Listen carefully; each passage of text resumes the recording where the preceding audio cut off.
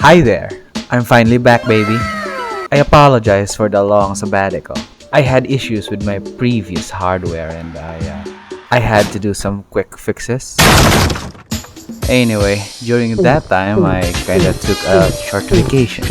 The journey was harsh, fraught with danger, and really nerve-wracking. That motherfucker back there is not real! My destination? Someplace where people dance their heart out to the beat of the drums, eat mystery meat, and stab people with knives. No, it's not London. There's no reason to dance there. It's actually this place. Hi there. Fuck! These guys are the ultimate party people. They live in cozy aesthetic caves where safety isn't guaranteed. They hunt prehistoric mammals for food and grow strawberries out of the ground. Not to mention, their playlist is on fire.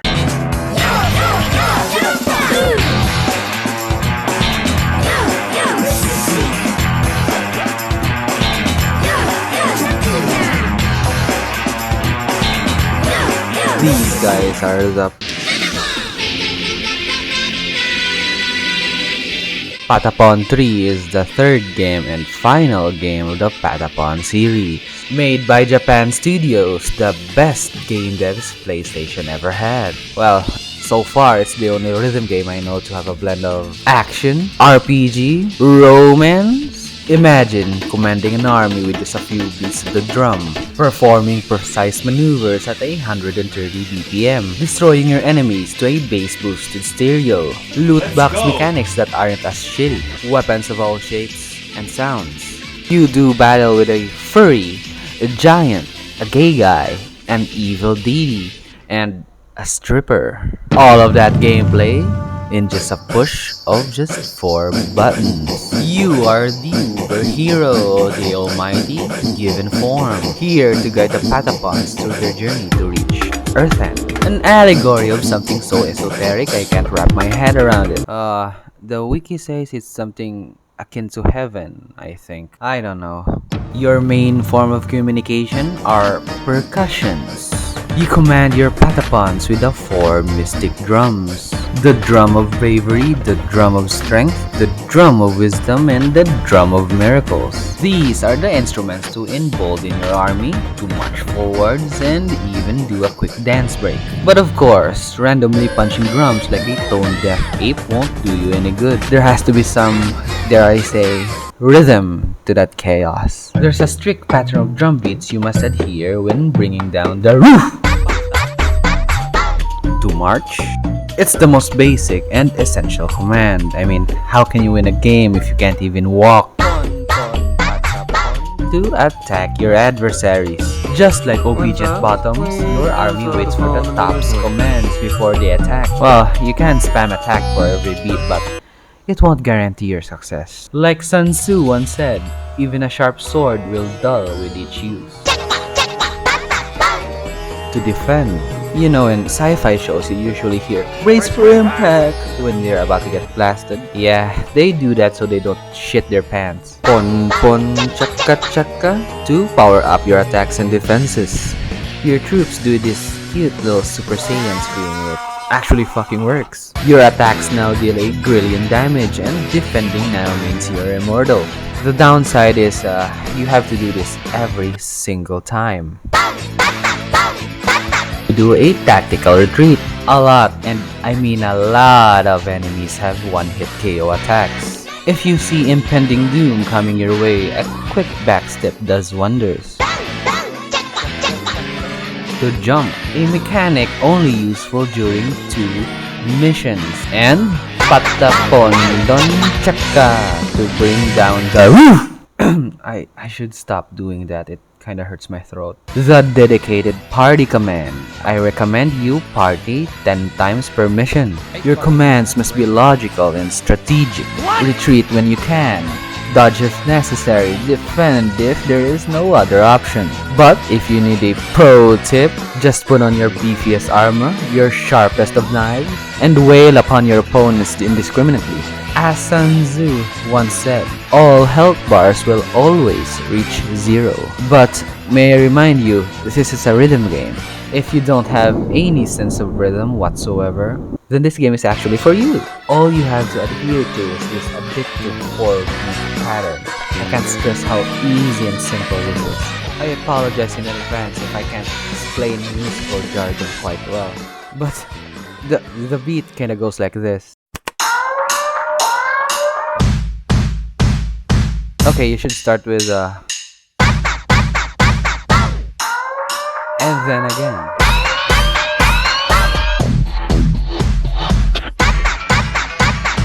The trick here is to feel the rhythm in your heart, to do this and a little bit of that. Easy, right? Once you get the hang of it, you are officially locked in. Your combo multiplies, the beat goes harder, and your troops go in a fever! The music swells in intensity, the screen shakes with each bass, and the fever worm dances. Fever mode elevates the experience, akin to enlightenment. Contrary to medical advice, maintaining a fever should be your top priority. Button mashers won't get much enjoyment out of this game. It's gonna require some minimum IQ to try. If you keep hearing these concerning squeaks during gameplay, it means you are not in sync with the rhythm. Keep doing the same mistake and the combo ends. The fever worm leaves you and you should exit the game. There is no excuse for such skill issue. Anyway, I kept saying army, but really it's just a squad. In the previous games, you had like a full-on armies that just keep growing in number as you progress. In here, you're downgraded to just 4 soldiers. Ton the tank, Chin the DPS, Can the mage, and the little Patapon, who's doing his best. Unlike the dispensable nature of your troops from the previous games, these tribes folks are the only ones you get. Nothing more, nothing less. They are the bone to your back, the sword in your shield, the jaws on the bow. These 3 form a cohesive team that can't function without each other. Lose your mage, good luck surviving the next suicide bomber. Your DPS got killed, you're gonna be stuck on that level for a while. Your tank can't take a hit, might as well uninstall the game. It is your call of duty to make sure all of them survive the next encounter. Of course, to increase your chances of success, your troops can evolve into different classes. Just like silicone tits and BBLs, your troops are soft and malleable. You can individually change classes to match your opponents or to suit your needs. Thon can be a beefy damage dealer or a walking lead wall. Chin could be Stabby McHorsey or charismatic chariot charger. And Can is permanently the healer. Seriously, this guy should always be your healer. You don't want to start a level without a healer, trust me. Come on now, you don't want to use potions to cure cancer. You might have noticed I haven't mentioned what the little Patapon can do for the war effort. Well, that's because Patapon does jack shit. He simply carries a flag and waves it around to inspire the troops. And he doesn't have the same health pool as the others, per se. He's impervious to all types of damage when the tank or the uber hero live. But without prophylactics, something as small as a pebble will one-hit kill him and there goes 20 minutes of your life. Did I mention if he dies, the game is over? Why didn't you just sit this one out like this other guy? The cave sure does need some cleaning. But okay, who am I to judge? He's happy doing his own thing. And just like an Harris, he's doing his best. And now, let me introduce to you the Uber Hero. You shed your spherical shape into a more anthropomorphic-like form. But to be honest, you just grew a neck and put on a Minecraft YouTuber persona. Just like Palworld, you are given 3 starter Pokemon to choose from. Tatirazai, the Shield Hero, Yaripon, the Spear Hero, and Yumiyacha, the Bow Hero. Class 3 progression. Every autistic man-children likes them. I know I do. You'd be happy to know that each hero evolves into a much better version. Sometimes it may be good, sometimes it may be shit. And I'm gonna go through all that bullshit, and you're coming with me. Let's start with the basics. Tatirazai is the shield hero, a balance between sustainable damage and damage control. His special skill activates when you defend, cock-blocking every attempt of fucking you up. Solid damage, good survivability, overall mid. Next, we have Yumiyacha, the bow hero. He specializes in long-range attacks and decisive planning. The DPS on this one is substantial, but he suffers from being fragile. Imagine a gun held by high school. Yarida, the spear hero, is the quintessential damage dealer. Easily the best hero for new players, with great damage but with zeros of preservation. Just make sure your enemies die before you. Under the spear class tree, we have the mixed berries of damage dealing. At level 3, you unlock Kibada, the horse girl. She charges the enemy head on and stabs them with horse cock. Be careful though, as she is a bit fragile without the shielding of her allies. At level 5, we unlock Picron, the Shaman Frog. He's able to power up attacks, defenses, and heal-ups. Personally, I fail to see the utility during solo playthroughs. He kinda appeals to the specialists, the strategists, and the French. Next, we have the tanky Can Assault. On account of being a moose, he's got a thick health bar and an even thicker axe. Also, he rides around in his pimped out ride and does shoot-bys at the neighboring hood. Pyoko Rider, the bunny girl senpai. She's just like Kibada, except far more OP. Her attacks pierces everything throughout the screen. Like seriously, everything in the screen. Although without proper equipment and performance enhancing drugs, her damage is kinda mediocre. Wuyari, the mermaid. Despite being an aquatic creature from the depths of the abyss, she's able to recreate the Pacific Ring of Fire and bring destruction to the front lines.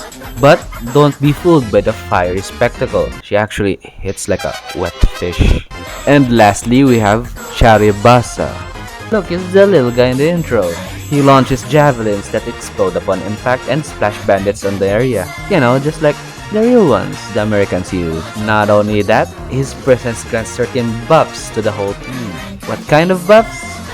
I've got no clue actually. All I know is the glowing aura is a good sign at least. An absolute powerhouse, if not for the fact that you unlock him almost at the end of the game. And that's the Spear Hero class tree. Great for beginners, great flexibility, GG well played. Next is the Bow class tree.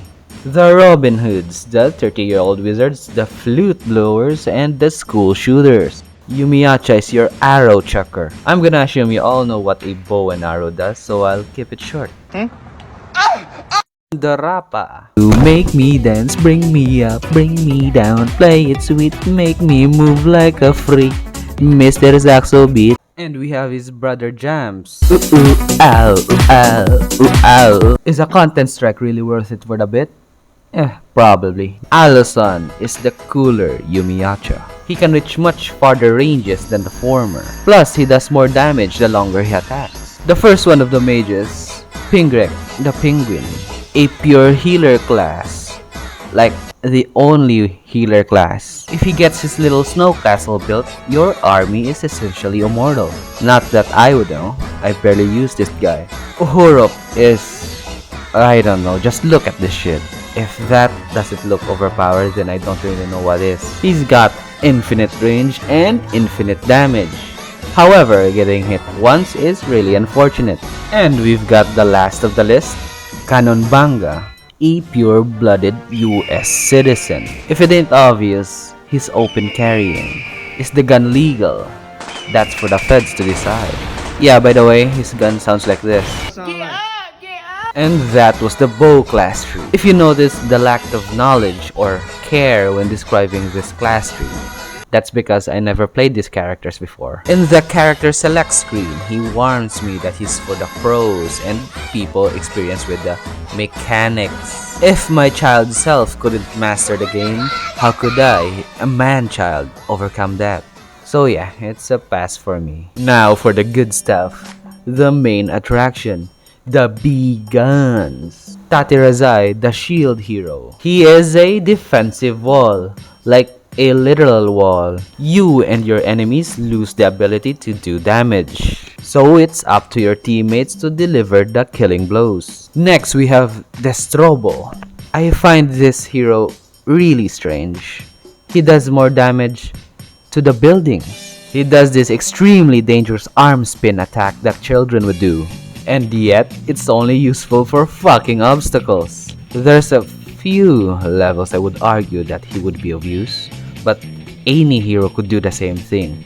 Just use a DPS hero and you'd have the same result, or even better. Weird character, niche playstyle. Mwah! Gardira, the shield hero. I mean, come on, look at this shit. Kinda redundant to be honest, but you get to be invincible for the whole level. Next we have Miamsar. She has a complicated playstyle, and I don't understand the mechanics to which this character operates. Let me just consult the lore console. Well, she can target a singular opponent, applies poison, and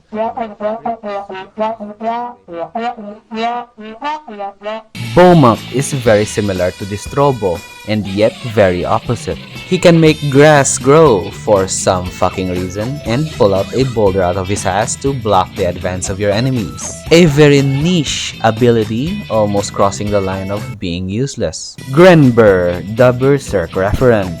He's got both BBL and BBC. He's not as fast and quick as the other heroes, but the damage he does more than makes up for it. And now, for the main attraction. Remember that guy from the intro? He's just the mascot. This guy is the main protagonist. Tondenga is the definitive hero class. A very cracked endgame character that requires hours of grind and meticulous min-maxing to... Wait, what? You unlock him at level 3. That's right. The most unbalanced class in the game is a starter character. Damage dealer. More like damage cartel. The constant spinning of his club generates enough momentum to create what Beyonce would call a tornado. You know, I'm not an American, but this is a shitty country song. Anyway, this OP mofo can keep on spinning as long as you can maintain your fever. With the right equipment, you can stagger your opponents indefinitely, apply element damage consistently, and plow through any obstacle carelessly. Also, the guy is thick, just like Christina Hendricks. He can survive earthquakes, werewolves, golems, plants, the military-industrial complex. Well, except for the one-hit KO attacks that are most definitely not cheating according to the devs. My point is, this guy is OP, just like Kosakabe. You could win the whole game, with just this guy. And that's the whole cast of Masked Marauders. The Uber hero mechanic was quite the change. I have to say though, I kinda liked how the previous games felt. Filling the screen with an army was engaging and satisfying. Though they did streamline and decluttered the gameplay by having only 4 characters on the screen, which I guess is a positive. Oh yeah, I forgot to mention, this game has co-op, something which I didn't have footage of. A game very much ahead of its time. Now in the modern age, there's only quite a few with the same concept. Cripple the Necro Dancer, BPM, Hellsinger, Hi-Fi Rush, and Muse Dash? Yeah, I don't endorse that weeb shit. Rhythm games are fun. We all know that. When devs start to get quirky and weird with the concept, the games you get are really good. I mean, come on. An army of tribesmen chanting a shanty while decimating a giant. That's the most creative shit back in 2008. But sadly, Japan Studios was shut down recently back in 2021. I could look up the reasons why Sony did that, but I think I'll cry. For every PlayStation machine, Japan Studio was there and created peak gameplay for its generation. Gravity Rush, Loco Roco, Freedom Wars, Shit, Shadow of Colossus, Parappa the Rappa, Knack, PS1, PS2, PSP, PS3, PS Vita. Oh, loud! They cooked with the PS Vita. And now, we won't have any new games made by them. We really are experiencing that shitty dimensional merge. Truly, we lost a bastion of creativity and innovation. And now we're left with unoriginal, greedy, bland, unfinished, buggy, poorly made, poorly supported, uncreative, derivative, breast milk stealing women assaulting pieces of... Sorry about that tangential rant. I'm just really sad that my childhood heroes are gone. The Patapon franchise was lucky they were able to have a conclusive end to their trilogy, for which I give them a biased score of 8.5. Very good game. I recommend you replay it at least 5 times in your lifetime. Anyway, I'ma go and get these guys back home and Huh? Your life is everything. Never buy no What weed is from it? the gas station, bro. My life, my rules. Oh shit!